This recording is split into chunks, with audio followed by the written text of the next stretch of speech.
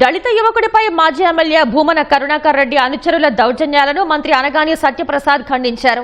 ప్రశాంతమైన తిరుపతిలో భూమన అనుచరుల రౌడీయిజం ఏంటని ప్రశ్నించారు. నిందితులపై చట్టపరంగా చర్యలు తీసుకుంటామన్నారు. తిరుపతిలో నిర్వహించిన సత్యవేడు నియోజకవర్గ టీడీపీ కార్యకర్తల సమావేశంలో మంత్రి అనగాని పాల్గొన్నారు. టీడీపీలో చేరిన వైసీపీ నాయకులకు పసుపు కండువా కప్పి పార్టీలోకి ఆహ్వానించారు.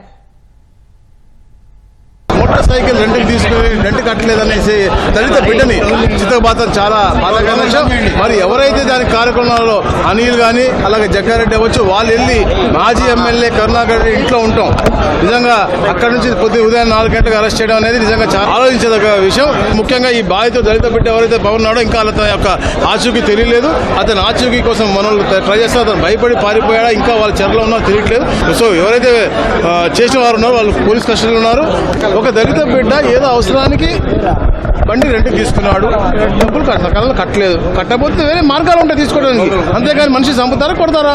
దీన్ని ఎట్టి బస్సులో మేము క్షమించామంటే ఇలాంటి ఈ ప్రభుత్వం ఎప్పుడు కూడా సహించదు. ఒప్పుకోలే, తీవ్రమైన యాక్షన్ తీసుకుంటాం. తిరుపతి లాంటి మంచి వాతావరణం ఉన్న ప్రాంతాన్ని వాళ్ళు చెడియడం అనేది మేము సహించము.